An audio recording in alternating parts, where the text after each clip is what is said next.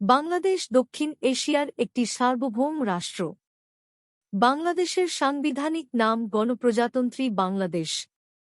ভৌগোলিকভাবে বাংলাদেশের পশ্চিমে ভারতের পশ্চিমবঙ্গ, উত্তরে পশ্চিমবঙ্গ, আসাম ও মেঘালয়, পূর্ব সীমান্তে আসাম, ত্রিপুরা ও মিজোরাম, দক্ষিণ পূর্ব সীমান্তে মিয়ানমারের চীন ও রাখাইন রাজ্য এবং দক্ষিণ উপকূলের দিকে বঙ্গোপসাগর অবস্থিত।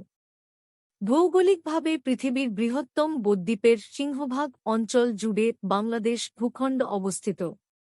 জনসংখ্যার বিবেচনায় ১৬ কোটির অধিক মানুষ নিয়ে বাংলাদেশ বিশ্বের অষ্টম বৃহত্তম দেশ। নদীমাতৃক বাংলাদেশ ভূখণ্ডের উপর দিয়ে বয়ে গেছে ৫৭টি আন্তর্জাতিক নদী।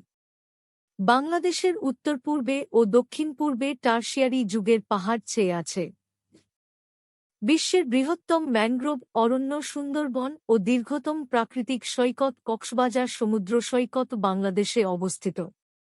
দক্ষিণ এশিয়ার প্রাচীন ও ধ্রুপদী যুগে বাংলাদেশ অঞ্চলটিতে বঙ্গ, পুন্ড্র, গৌড়, গঙ্গারিদ্ধি, সমতট ও হরিকেল নামক জনপদ গড়ে উঠেছিল। মৌর্য যুগে মৌর্য সাম্রাজ্যের একটি প্রদেশ ছিল অঞ্চলটি। জনপদগুলো নৌশক্তি ও সামুদ্রিক বাণিজ্যের জন্য বিখ্যাত ছিল। মধ্যপ্রাচ্য, রোমান সাম্রাজ্যে মসলিন ও সিল্ক রপ্তানি করত জনপদগুলো। প্রথম সহস্রাব্দীতে বাংলাদেশ অঞ্চলকে কেন্দ্র করে পাল সাম্রাজ্য, চন্দ্র রাজবংশ, সেন রাজবংশ গড়ে উঠেছিল। বখতিয়ার খলজির গৌড় জয়ের পরে ও দিল্লি সালতানাত আমলে এ অঞ্চলে ইসলাম ছড়িয়ে পড়ে। ইউরোপীয়রা শাহী বাংলাকে পৃথিবীর সবচেয়ে ধনী বাণিজ্য দেশ হিসেবে গণ্য করত।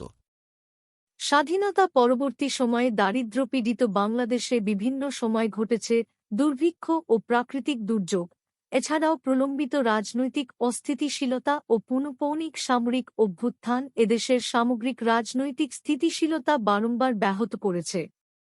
৯০-এর স্বৈরাচার বিরোধী আন্দোলনের মধ্য দিয়ে ১৯৯১ সালে সংসদীয় শাসন ব্যবস্থা পুনঃপ্রতিষ্ঠিত হয়, যার ধারাবাহিকতা আজ অবধি বিদ্যমান।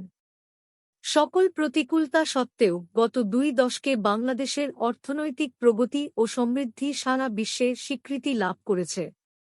জনসংখ্যায় বিশ্বে অষ্টম বৃহত্তম দেশ বাংলাদেশ, যদিও আয়তনে বিশ্বে ৯২তম।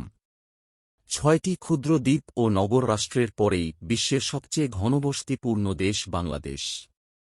মাত্র ৫৬,০০০ বর্গমাইলেরও কম এই ক্ষুদ্রায়তনের দেশটির প্রাক্কলিত ২০১৮ সালে জনসংখ্যা ১৮ কোটির বেশি, অর্থাৎ প্রতি বর্গমাইলে জনবসতি ২,৮৭৯ জন, প্রতি বর্গ কিলোমিটারে ১১৪০ জন। দেশের জনসংখ্যার প্রায় ৯৯% মানুষের মাতৃভাষা বাংলা, সাক্ষরতার হার প্রায় ৭৫%। বাংলাদেশ শব্দটি খুঁজে পাওয়া যায় বিংশ শতাব্দীর শুরুর দিকে, যখন থেকে কাজী নজরুল ইসলাম রচিত নম নম নম বাংলাদেশ মম ও রবীন্দ্রনাথ ঠাকুর রচিত আজি বাংলাদেশের হৃদয় হতে এর ন্যায় দেশাত্মবোধক গানগুলোর মাধ্যমে সাধারণ পরিভাষা হিসেবে শব্দটির ব্যবহার শুরু হয়। অতীতে বাংলাদেশ শব্দটিকে দুটি আলাদা শব্দ হিসেবে বাংলাদেশ আকারে লেখা হতো। ২০০৬ খ্রিস্টাব্দে ওয়ারিবটেশ্বর অঞ্চলে প্রাপ্ত পুরাতাত্ত্বিক নিদর্শন অনুযায়ী বাংলাদেশ অঞ্চলে জনবসতি গড়ে উঠেছিল প্রায় ৪,০০০ বছর পূর্বে। ধারণা করা হয় দ্রাবিড় ও তিব্বতীয়বর্মী জনগোষ্ঠী এখানে সে সময় বসতি স্থাপন করেছিল। পরবর্তীকালে এই অঞ্চলটি ক্ষুদ্র ক্ষুদ্র রাজ্যে বিভক্ত হয়ে স্থানীয় ও বিদেশি শাসকদের দ্বারা শাসিত হতে থাকে। আর্য জাতির আগমনের পর খ্রিস্টীয় চতুর্থ হতে ষষ্ঠ শতক পর্যন্ত গুপ্ত রাজবংশ বাংলা শাসন করেছিল।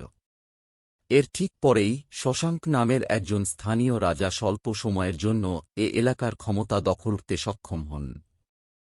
প্রায় ১০০ বছরের অরাজকতার, যাকে মাৎস্যন্যায় পর্ব বলে অভিহিত করা হয়, শেষে বৌদ্ধ ধর্মাবলম্বী পাল রাজবংশ বাংলার অধিকাংশের অধিকারী হয় এবং পরবর্তী ৪০০ বছর ধরে শাসন করে।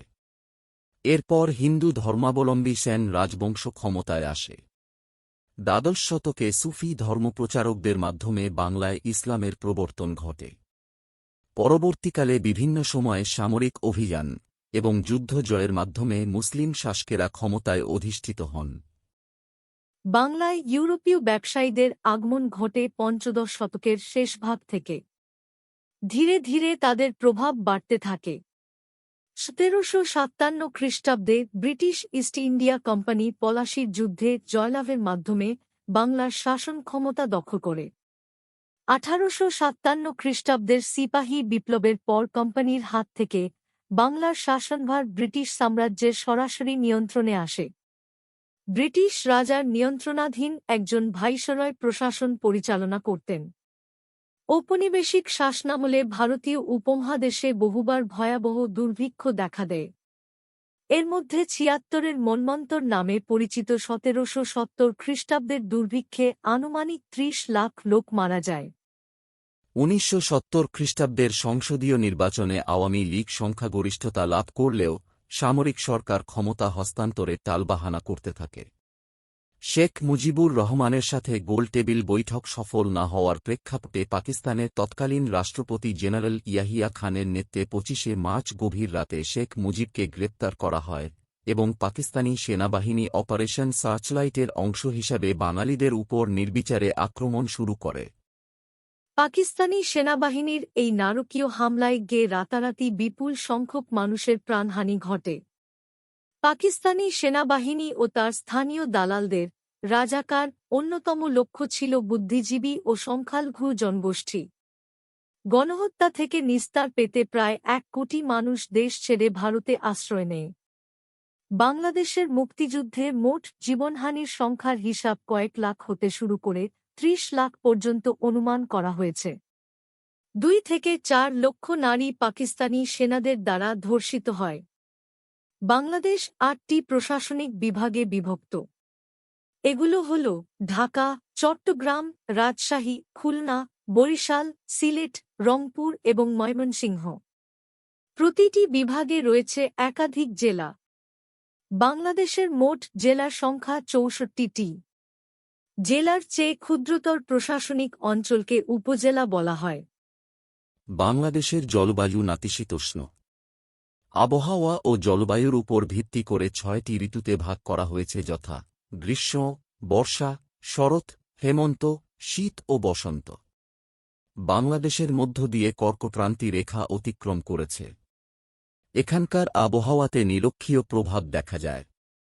নভেম্বর হতে মার্চ পর্যন্ত হালকা শীত অনুভূত হয়। মার্চ হতে জুন মাস পর্যন্ত গ্রীষ্মকাল বিরাজ করে। জুন থেকে অক্টোবর পর্যন্ত চলে বর্ষা মৌসুম। এ সময় মৌসুমী বায়ুর প্রভাবে এখানে প্রচুর বৃষ্টিপাত হয়। প্রাকৃতিক দুর্যোগ যেমন বন্যা, ঘূর্ণিঝড়, টর্নেডো ও জলোচ্ছ্বাস প্রায় প্রতিবছরই বাংলাদেশের কোনো না কোনো স্থানে আঘাত হানে। দেশের ৯৯% মানুষের মাতৃভাষা বাংলা। সংবিধানের ৩ নং অনুচ্ছেদ অনুযায়ী বাংলা বাংলাদেশের একমাত্র রাষ্ট্রভাষা। বাংলা বাংলাদেশের জাতীয় ভাষাও। ১৯৮৭ সালের বাংলা ভাষা প্রচলন আইন বৈদেশিক যোগাযোগ ব্যতীত অন্যান্য সরকারি কর্মকাণ্ডে বাংলা ভাষা ব্যবহার বাধ্যতামূলক করেছে। তাছাড়া বিদেশি বিনিয়োগকারীদের সাথে ইংরেজি ভাষা ব্যবহার করা হয়। বাংলাদেশের শিক্ষা ব্যবস্থায় ৩ পদ্ধতি প্রচলিত। প্রথমত, সাধারণ পদ্ধতির স্কুলগুলোতে সরকারি পাঠ্যক্রম অনুসৃত হয়। এসব স্কুলে শিক্ষা প্রদানের ভাষা বাংলা। দ্বিতীয়ত রয়েছে ইংলিশ মিডিয়াম স্কুল। এগুলোতে পশ্চিমা পাঠ্যক্রম অনুসরণ করা হয়। তুলনামূলকভাবে সীমিত সংখ্যক হলেও উচ্চমানের শিক্ষা ব্যবস্থার জন্য এই স্কুলগুলো প্রসিদ্ধ। তৃতীয়ত রয়েছে মাদ্রাসা শিক্ষা। শেষোক্ত শিক্ষা ব্যবস্থার মূল ইসলাম ধর্মীয় শিক্ষা। তবে ভাষা, গণিত, বিজ্ঞান, ব্যবসায় ইত্যাদি সকল বিষয়ও পাঠ্য। বাংলাদেশের বিশ্ববিদ্যালয়সমূহকে ৩ ভাগে ভাগ করা যায়: সরকারি বিশ্ববিদ্যালয়, বেসরকারি বিশ্ববিদ্যালয় এবং আন্তর্জাতিক বিশ্ববিদ্যালয়। বাংলাদেশে ৩৭টি সরকারি, ৮৩টি বেসরকারি এবং ২টো আন্তর্জাতিক বিশ্ববিদ্যালয় চালু রয়েছে। দারিদ্র্যপীড়িত বাংলাদেশে অপুষ্টি একটি দুরূহ সমস্যা যা স্বাস্থ্য খাতে ব্যাপকভাবে প্রভাব বিস্তার করেছে। অপুষ্টিজনিত কারণে বাংলাদেশের ভবিষ্যৎ প্রজন্ম হিসাবে পরিচিত শিশুরা বিশ্ব ব্যাংকের জরিপে বিশ্বে শীর্ষস্থান দখল করেছে, যা মোটেই কাঙ্ক্ষিত নয়। মোট জনগোষ্ঠীর ২৬% অপুষ্টিতে ভুগছে। 46% শিশু মাঝারি থেকে গভীরতর পর্যায়ে ওজনজনিত সমস্যায় ভুগছে। 5 বছর বয়সের পূর্বেই 43% শিশু মারা যায়। প্রতি 5 শিশুর একজন ভিটামিন এ এবং প্রতি 2 জনের একজন রক্তস্বল্পতাজনিত রোগে ভুগছে। বাংলাদেশের সংবিধান 1972 খ্রিস্টাব্দে প্রণীত হয়। পরবর্তীকালে 2018 খ্রিস্টাব্দ পর্যন্ত সর্বমোট 17টি সংশোধনী আনা হয়েছে। বর্তমান সংবিধান অনুযায়ী বাংলাদেশে সংসদীয় গণতন্ত্র ব্যবস্থা সরকার পদ্ধতি প্রচলিত। রাষ্ট্রযন্ত্রের 3টি শাখা: সংসদ, প্রশাসন এবং বিচার ব্যবস্থা। বাংলাদেশের জাতীয় সংসদ এক কক্ষ বিশিষ্ট। এতে জনগণের সরাসরি ভোটে নির্বাচিত 300 জন সদস্য ছাড়াও নারীদের জন্য 50টি সংরক্ষিত আসন আছে। প্রতিটি সংসদের নির্ধারিত মেয়াদকাল 5 বছর। বাংলাদেশের প্রধান 2টি রাজনৈতিক দল হল বাংলাদেশ আওয়ামী লীগ ও বাংলাদেশ জাতীয়তাবাদী দল। এছাড়াও জাতীয় পার্টি রাজনীতিতে গুরুত্বপূর্ণ ভূমিকা পালন করে থাকে। 18 বছর বা তদূর্ধ্ব সব নাগরিকের ভোটাধিকার রয়েছে। বাংলাদেশের বৈদেশিক বা আন্তর্জাতিক বা পররাষ্ট্রনীতি হল গণপ্রজাতন্ত্রী বাংলাদেশ সরকার কর্তৃক প্রণীত অপরাপর রাষ্ট্রসমূহের সঙ্গে বাংলাদেশের সম্পর্ক ও আচরণের নীতিমালা। 1971 সালে স্বাধীনতা লাভের পর থেকে বাংলাদেশ সকলের সাথে বন্ধুত্ব, কারও সাথে বৈরিতা নয়, এই নীতি অনুসরণ করে বৈদেশিক সম্পর্ক বজায় রেখে চলেছে। একটি অসাম্প্রদায়িক রাষ্ট্র হিসেবে বাংলাদেশ সবসময় 20 শতাব্দীর স্নায়ুযুদ্ধে প্রভাবশালী রাষ্ট্রসমূহের পক্ষাবলম্বন থেকে বিরত থেকেছে। একটি মুসলিম সংখ্যাগরিষ্ঠ রাষ্ট্র হওয়ার কারণে অন্যান্য মুসলিম দেশগুলোর সঙ্গে বাংলাদেশের সুদৃঢ় কূটনৈতিক ও বাণিজ্যিক সুসম্পর্ক রয়েছে। পাশাপাশি রাজনৈতিকভাবে বাংলাদেশ ইসরায়েল রাষ্ট্র প্রতিষ্ঠার বিরোধী। বাংলাদেশের পাসপোর্টধারী কারও ইসরায়েলে প্রবেশাধিকার নেই, তেমনি কোন ইসরায়েল নাগরিকেরও বাংলাদেশে প্রবেশাধিকার নেই। 2012 সালের হিসাবে সেনাবাহিনীর বর্তমান শক্তি প্রায় 3 লক্ষ, রিজার্ভ সহ, এবং নৌবাহিনী 19,000। 2020 সালের হিসাবে বিশ্বের 138টি দেশের সামরিক বাহিনীর শক্তিমত্তার র্যাঙ্কিং তৈরিকারী গ্লোবাল ফায়ার পাওয়ার ইন্ডেক্স নামক এক বৈশ্বিক সূচকে বাংলাদেশ 46তম স্থান দখল করেছে। প্রথাগত প্রতিরক্ষা ভূমিকা ছাড়াও সামরিক বাহিনীকে দুর্যোগ এবং রাজনৈতিক অস্থিরতার সময়ে ত্রাণ ও অভ্যন্তরীণ নাগরিক নিরাপত্তার জন্য কর্তৃপক্ষ ডাক দিতে পারে। বাংলাদেশ বর্তমানে সক্রিয় কোনো চলমান যুদ্ধে নেই। দুর্নীতি হল বাংলাদেশের একটি চলমান সমস্যা। এছাড়াও দেশটি 2005 সালে ট্রান্সপারেন্সি ইন্টারন্যাশনাল কর্তৃক প্রকাশিত তালিকায় পৃথিবীর তৎকালীন সবচেয়ে দুর্নীতিগ্রস্ত দেশ হিসেবে স্থান লাভ করে। বাংলাদেশ একটি উন্নয়নশীল দেশ যার অর্থনীতি কৃষি নির্ভর। জাতিসংঘের শ্রেণীবিন্যাস অনুযায়ী এটি একটি স্বল্পোন্নত দেশ। বাংলাদেশে 2 ধরনের মুদ্রা ব্যবস্থা প্রচলিত আছে: ধাতব মুদ্রা ও কাগুজে নোট।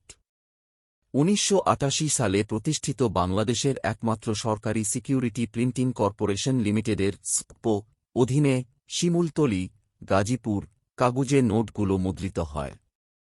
নোটগুলো প্রচলন করে বাংলাদেশ ব্যাংক। 10 টাকার note security printing corporation limited কর্তৃক মুদ্রিত প্রথম নোট। বাংলাদেশের খনিজ সম্পদের মধ্যে রয়েছে প্রাকৃতিক গ্যাস, কয়লা, পিট, চুনাপাথর, কঠিন শিলা। এছাড়াও দিনাজপুর জেলার হাকিমপুরে লোহার খনি আবিষ্কৃত হয়েছে এবং কক্সবাজারের সৈকতের বালিতে ভারী মণিক, zircon, ilmenite, rutile, magnetite, garnet, monazite, leucoxene, kyanite ইত্যাদি পাওয়া গেছে। Stone Age tools have been found in different parts of Bangladesh. Remnants of Copper Age settlements date back 4,000 years. Ancient Bengal was settled by Austroasiatics, Tibeto-Burmans, Dravidians and Indorians in consecutive waves of migration. Archaeological evidence confirms that by the 2nd millennium BC, rice-cultivating communities inhabited the region. By the 8th century, people lived in systemically aligned housing, buried their dead, and manufactured copper ornaments in black and red pottery. The Ganges, Brahmaputra and Meghna rivers were natural arteries for communication and transportation. Chardui and estuaries on the Bay of Bengal permitted maritime trade. The early Iron Age saw the development of metal weaponry, coinage, agriculture and irrigation. Major urban settlements formed during the late Iron Age, in the mid-first millennium BC, when the northern black polished war culture developed. In Ak Shatnoi, Alexander Cunningham identified Masthanger as the capital of the Pundra kingdom mentioned in the Regda. The oldest inscription in Bangladesh was found in Masthanger, and dates from the 13th century BC. It is written in the Brahmi script. Greek and Roman records of the ancient Gangaridae kingdom, which, according to legend, deterred the invasion of Alexander the Great, are linked to the fort city in Warabeshwar. The site is also identified with the prosperous trading center of Suwanagara listed on Ptolemy's world map. Roman geographers noted a large seaport in southeastern Bengal, corresponding to the present-day Chittagong region. Ancient Buddhist and Hindu states which ruled Bangladesh include the Vanja, Samateta and Pundra kingdoms, the Mauryan and Gupta empires, the Varman dynasty, Shashanka's kingdom, the Kagya and Kanra dynasties, the Pala empire, the Sana dynasty, the Harakla kingdom, and the Deva dynasty. These states had well-developed currencies, banking, shipping, architecture, and art, and the ancient universities of Bikrampur and Mainamedi hosted scholars and students from other parts of Asia. Gopala was the first ever elected ruler of the region in Shatbat Shunnoad. During a time of mass turmoil, the people of Bengal elected him to restore stability in the region, at which he was successful, went on to form the Pala dynasty that ruled until Chaya Akkad, during which time Bengal prospered. Xuanzang of China was a noted scholar who resided at the Samapur Mahabhayar, the largest monastery in ancient India, and it is a travel from Bengal to Tibet to preach Buddhism. The earliest form of the Bengali language emerged during the 8th century. Seafarers in the Bay of Bengal, where modern Bangladesh is now located, have also been sailing and trading with Southeast Asia and exported Buddhist and Hindu cultures to the region since the early Christian era. The challenge posed to company rule by the failed Indian Mutiny led to the creation of the British Indian Empire as a crown colony. The British established several schools, colleges, and a university in Bangladesh. Saidamd Khan and Ram Mohan Roy promoted modern and liberal education in the subcontinent, inspiring the Aligarh movement and the Bengal Renaissance. During the late 9th century, novelists, social reformers, and feminists emerged from Muslim Bengali society. Electricity and municipal water systems were introduced in the Ek Atnoi Shunnos. Cinemas opened in many towns during the early 20th century. East Bengal's plantation economy was important to the British Empire, particularly its jute and tea. The British established tax-free river ports, such as the port of Narayanganj, and large seaports like the port of Chittagong. Bengal had the highest gross domestic product in British India. Bengal was one of the first regions in Asia to have a railway. The first railway in what is now Bangladesh began operating in Ek Atchai Dui. In comparison, Japan saw its first railway in Ek Atshat Dui. The main railway companies in the region were the Eastern Bengal Railway and Assam Bengal Railway. Railways competed with waterborne transport to become one of the main means of transport. Supported by the Muslim aristocracy, the British government created the province of Eastern Bengal and Assam in 1905. The new province received increased investment in education, transport, and industry. However, the first partition of Bengal created an uproar in Calcutta and the Indian National Congress. In response to growing Hindu nationalism, the All India Muslim League was formed in Dhaka during the 1906 All India Muhammadan Educational Conference. The British government reorganized the provinces in 1912, reuniting East and West Bengal and making Assam a second province. The Raj was slow to allow self-rule in the colonial subcontinent. It established the Bengal Legislative Council in 1902, and the council's native Bengali representation increased during the early 20th century. The Bengal Provincial Muslim League was formed in 1918 to advocate civil rights for Bengali Muslims within a constitutional framework.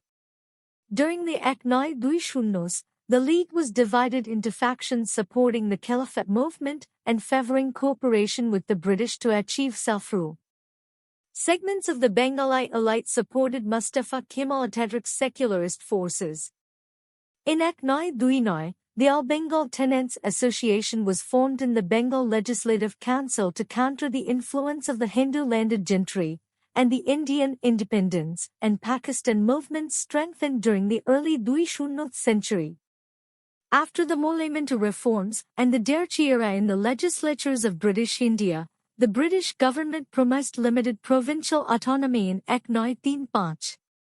The Bengal Legislative Assembly, British India's largest legislature, was established in Ek Noy Teen Shat.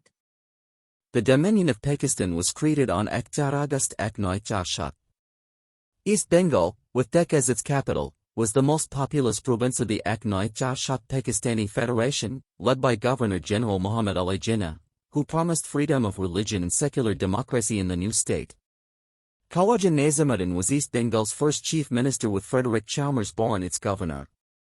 The All-Pakistan Awami Muslim League was formed in Ek Noy Char Noy. In Ek Noy Panch Shunno, the East Bengal Legislative Assembly enacted land reform, abolishing the permanent settlement, and the zamindari system. The Ek Noy Panch Dui Bengali language movement was the first sign of friction between the country's geographically separated wings. The Awami Muslim League was renamed the more secular Awami League in Ek Noy Panch Teen. The first Constituent Assembly was dissolved in Ek Noy Panch Char. This was challenged by its East Bengali speaker, Maulana Tamazuddin Khan. The United Front coalition swept aside the Muslim League in a landslide victory in the Ek Noy Panch Char East Bengali legislative election. The following year, East Bengal renamed East Pakistan as part of the One Unit program, and the province became a vital part of the Southeast Asia Treaty Organization.